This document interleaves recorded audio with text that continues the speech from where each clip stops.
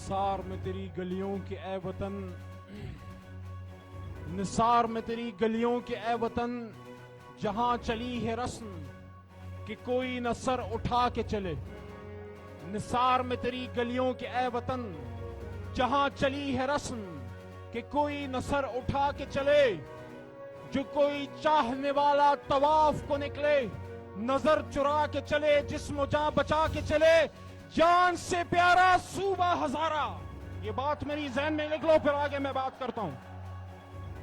صرف آپ کو جذباتی طور پہ اپنے ساتھ چلانے کے لیے نہیں آئے، نہ میں اور نہ عمران خان اور نہ ہمارے ساتھی، وہ بات کرنے کے لیے آئے جس پہ آپ کی آگے آنے والی نسلیں انشاءاللہ فخر بھی کریں گے اور شکر بھی کریں گے۔ لیکن کلام کے ابتدا میں اللہ اور اس کے حبیب کا ذکر ہونا چاہیے۔ اللہم صلی وسلم وبارک علی سیدنا محمد، محمد الرسول اللہ خاتم النبیین صلی اللہ علیہ وآلہ وصحبہ وسلم۔ هو اللہ الذی لا الہ الا هو عالم الغیب والشہادۃ هو الرحمن الرحیم۔ هو اللہ الذی لا الہ الا هو الملک القدوس السلام المؤمن المہیمن العزیز الجبار المتکبر سبحان اللہ عما یشرکون۔ هو اللہ الخالق البارئ المصور له الاسماء الحسنى یسبح له ما فی السماوات والارض وهو العزیز الحکیم۔ صدق اللہ مولانا العظیم۔ آقا نامدار حضرت محمد مصطفیٰ صلی اللہ علیہ وآلہ وسلم خاتم النبیین کا ان کی حدیث کا مفہوم ہے کہ جب ظلم ہوتا دیکھو، جب ظلم ہوتا دیکھو تو اس کو اپنے ہاتھ سے روکو، اگر ہاتھ سے نہیں روک سکتے تو اس کو اپنی زبان سے روکو، یعنی یا جہاد بالجان کرو یا جہاد باللسان کرو، اور اگر زبان سے بھی نہیں روک سکتے تو دل میں تو اس کو برا جانو، لیکن یاد رکھو کہ یہ ایمان کی سب سے کمزور حالت ہے۔ تو میرے ہزارہ اور ایبٹ آباد اور مانسہرہ اور حویلیاں کے نوجوانوں، بچوں اور بچی اور بہنوں اور بزرگوں، آپ ایمان کی کون سی حالت میں مجھے بتائیں، پہلی، دوسری یا تیسری؟ مجھے ہزارہ کے غیور عوام پہ فخر ہے، یہ ایمان کی پہلی حالت میں ہے۔ ہاتھ سے روکو گے نا، ہاتھ سے روکو گے نا، ظلم کو ہاتھ سے روکو گے نا، تو ہاتھ سے روکنے کا مطلب یہ ہے کہ آپ اپنے بچوں کے ساتھ نکلے اور ایک پرامن سیاسی تحریک میں حصہ ڈالیں، جس طرح آج سے 85-70 سال پہلے آپ کے اور میرے بزرگ اور پرکھے یہاں سے لاہور مینار پاکستان گئے تھے۔ عمران خان آپ کو اسلام آباد بلا رہا ہے، آپ نے جانا ہے نا جی، جانا ہے، جانا ہے تو میری آواز کے ساتھ آواز ملا کے بولو نعرہ تکبیر۔ یہ شہیدوں کی سرزمین ہے، یہ اللہ اور اس کے حبیب سے محبت کرنے والوں کی سرزمین ہے۔ مجھے یاد ہے آج سے 2-2.5 سال پہلے جب ہمارے ہری پور کے کمانڈو عباس خان شہید ہوئے گوادر میں، آپ سے میرا رشتہ آپ کو نہیں پتا، اس دھرتی سے میرا رشتہ ہے، یہاں میرا بچپن گزرا ہے، دوسری تیسری جماعت یہاں پڑی ہے۔ میرے والد ولی محمد صاحب نے آپ کی خدمت کی ہے، میجسٹریٹ ہوا کرتے تھے، ایبٹ آباد میں بھی رہے، ہری پور میں بھی رہے، مانسہرہ میں بھی رہے۔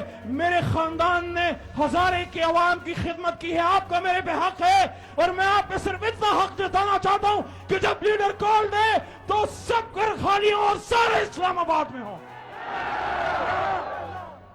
آج سے 2.5 سال پہلے، یہ بات میری غور سے سنیں، میڈیا والے بھی سنیں لیکن میرے ہزارے وال بھی سنیں، اور میں ان لوگوں میں سے نہیں ہوں، میں زبانی کلامی دوستی پہ یقین نہیں رکھتا۔ جب تک آپ تن من دھن کسی کے ساتھ کھڑے نہیں ہوتے، سوال ہی نہیں پیدا ہوتا کہ اللہ ان لوگوں کو آپ کے ساتھ کھڑا کرے۔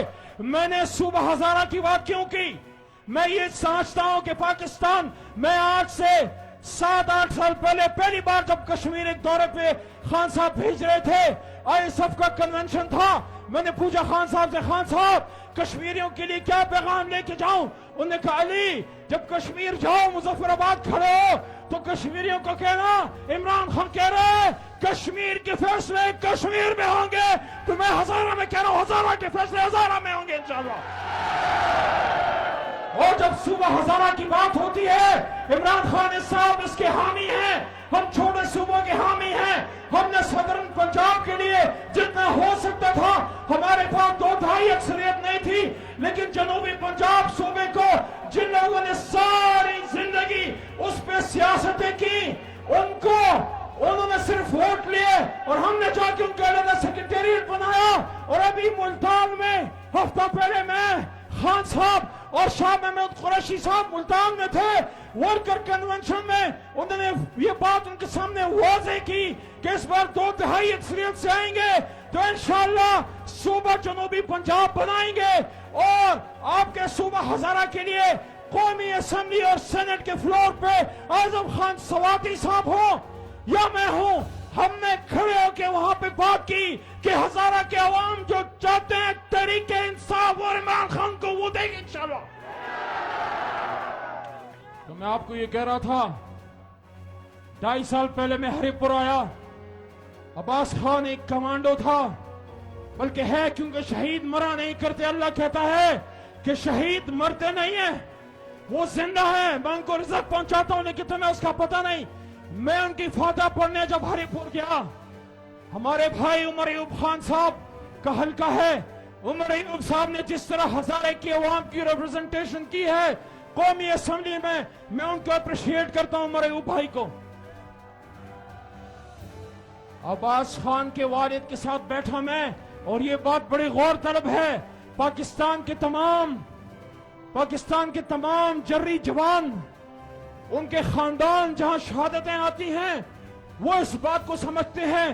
میں نے سورہ بقرہ کی آخر پڑھی ان کے والد کے سامنے، اور میں یہ بول رہا تھا کہ ربنا لا تؤاخذنا ان نسینا واخطأنا ربنا ولا تحمل علينا اصرا كما حملته على الذين من قبلنا ربنا ولا تحملنا ما لا طاقة لنا به واعف عنا واغفر لنا وارحمنا انت مولانا فانصرنا على القوم الكافرين۔ میں نے کہا اللہ بس شہید کو اعلیٰ درجے کی شہادت نصیب کرے، مغفرت نصیب کرے۔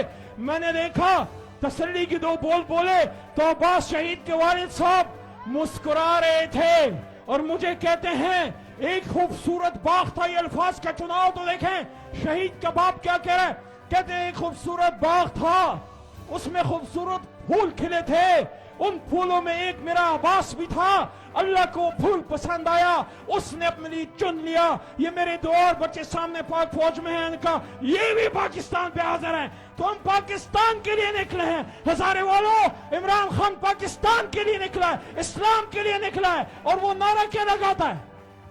وہ نعرہ یہ لگاتا ہے میں پاکستان کے فیصلے خود کروں گا، اپنی عوام کی مرضی سے کروں گا، میں ڈکٹیشن نہیں لوں گا، میرے پاکستان سے کوئی بھی ڈرون افغانستان یا ایران یا کسی اسلامی برادر ملک پہ نہیں اڑے گا، پاکستان سے بارڈر پر بم نہیں گریں گے، پاکستان کی فوج کسی کے لیے یوز نہیں ہوگی، میرے ادارے یوز نہیں ہوں گے۔ تو میں آٹو چاہیے تو سن لو، ایبسولوٹلی ناٹ۔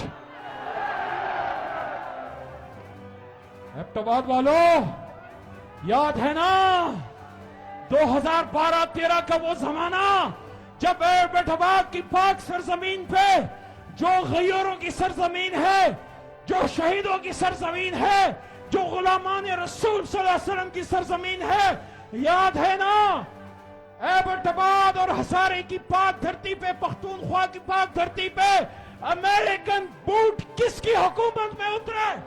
ایبٹاباد آپریشن کس کے دور میں ہوا؟ اگر اس دور میں عمران خان ہوتا تو کسی کی مجال تھی کہ ایبٹاباد میں امریکن ہیلی کاپٹر اترتے؟ یہ شرم کا مقام نہیں تھا۔ اگلے دن زرداری صاحب اور گیلانی صاحب نے مبارکباد دی، امریکنز کو مبارکباد دی، یہ شرم سے ڈوب مرنے کا مقام تھا۔ عمران خان صاحب وہ آدمی جس نے یونائٹڈ نیشنز میں جا کے حرمت رسول کی بات کی، ختم نبوت کی بات کی، اور دنیا کو بتایا کہ مسلمانوں کے دلوں میں حضور صلی اللہ علیہ وسلم کی کتنی محبت ہے.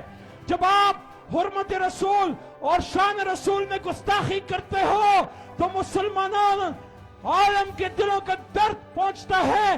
اس آدمی پہ تہمت مذہب کا پرچہ کٹوانا شروع ہونی چاہیے. رانا ثناء اللہ صاحب آپ کو, شہباز شریف آپ کو, اور وہ جو سب ان کے کرتا دردہ پیچھے بیٹھے. اور کوئی نہیں. یہ جو آپ کا بھائی آپ کے سامنے کھڑا ہے, میں نے عمران خان صاحب کی حکومت میں ان کی تعاون سے یہ آدمی جو آپ کے سٹیج پہ بیٹھا قاسم سوری صاحب, سپیکر اسد قیصر صاحب, اور اس وقت کرسی پہ بیٹھے امجد علی خان صاحب, ان کی موجودگی میں نے خاتم النبیین صلی اللہ علیہ وسلم کی قرارداد جب پاس کی. ان سکولوں میں آج جب آپ کے بچوں کو درسی کتب پڑھائی جاتی ہے, سکول میں, کالج میں, یونیورسٹی میں, تو اس میں حضور صلی اللہ علیہ وسلم کے نام کے ساتھ لکھا آتا ہے خاتم النبیین. یہ قادیانیت کی رد ہے. اس قرارداد سے قادیانیت کی کمر ٹوٹی. تو فضل الرحمان صاحب عمران خان کے دور میں تو خاتم النبیین کی قرارداد پاس ہوئی, یا بھٹو صاحب کے دور میں قادیانیت کے خلاف لا پاس ہوا تھا, یا عمران خان کے دور میں قادیانیت کے خلاف قرارداد پاس ہوئی. تو مولانا فضل الرحمان صاحب میاں صاحب کے دور میں تو ختم نبوت کے حلف میں ترمیم ہوئی. آپ ان کے ساتھ بیٹھے رہے, نہ وہ وزارت کو ٹھوکر ماری, نہ بنگلہ نمبر 22 کو ٹھوکر ماری, نہ کشمیر کمیٹی کو ٹھوکر ماری.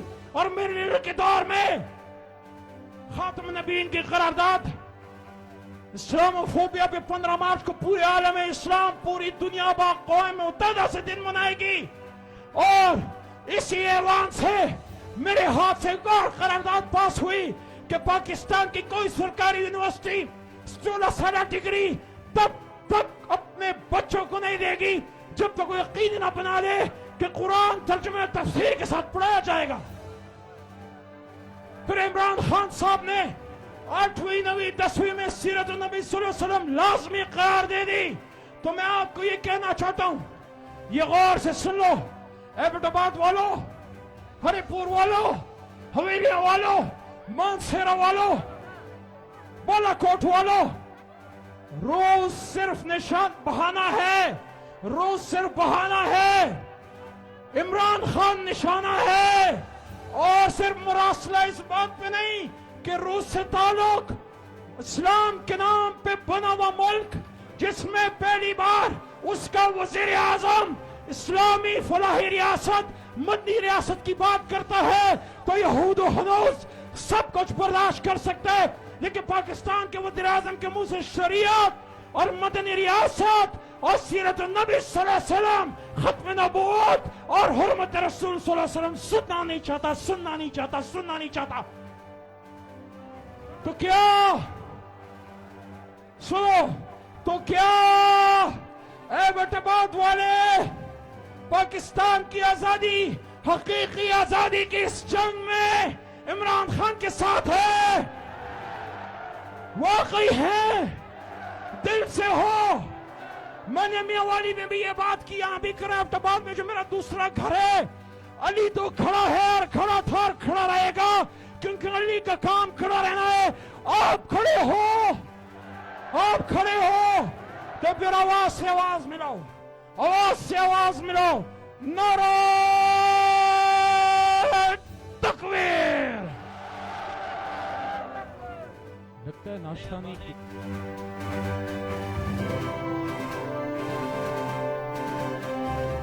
بند کرو, سنو آپ زور سے دوبارہ. میں تب تک نہیں اتروں گا اسٹیج سے جب تک میرا دل خوش نہیں ہوتا. نعرہ تکبیر. پاکستان کا مطلب کیا؟ ادھر سے ہماری بچوں کی آواز نہیں چاہیے. پاکستان کا مطلب کیا؟ تیرا میرا رشتہ کیا؟ اس دھرتی سے رشتہ کیا؟ پاکستان کا مطلب کیا؟ محمد رسول اللہ. پاکستان زندہ باد, عمران خان پائندہ باد, اور ہزارے وال آپ سدا سلامت رہو, آپ پائندہ باد. بہت شکریہ.